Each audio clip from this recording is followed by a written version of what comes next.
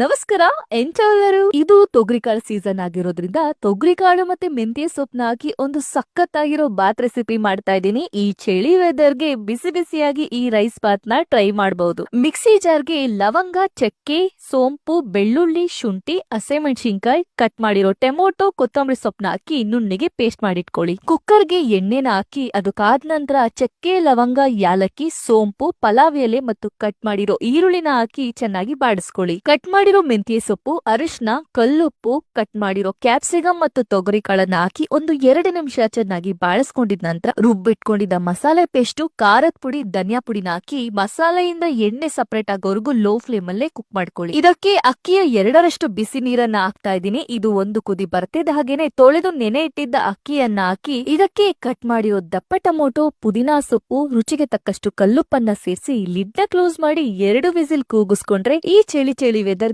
ಬಿಸಿ ಬಿಸಿಯಾಗಿ ಬೊಂಬಾಟಾದ ತೊಗರಿ ಕಾಳಿನ ರೈಸ್ ಬಾತ್ ರೆಡಿ ಆಗುತ್ತೆ. ತಡ ಮಾಡದೆ ತೊಗರಿ ಕಾಳು ಸೀಸನ್ ಮುಗಿಯೋಷ್ಟರಲ್ಲಿ ಈ ರೆಸಿಪಿನ ಒಂದ್ಸರಿ ಟ್ರೈ ಮಾಡಿ ನೋಡಿ. ಹಾಗೆ ಲೈಕ್, ಶೇರು, ಫಾಲೋ ಮಾಡೋದನ್ನ ಮರಿಬೇಡಿ.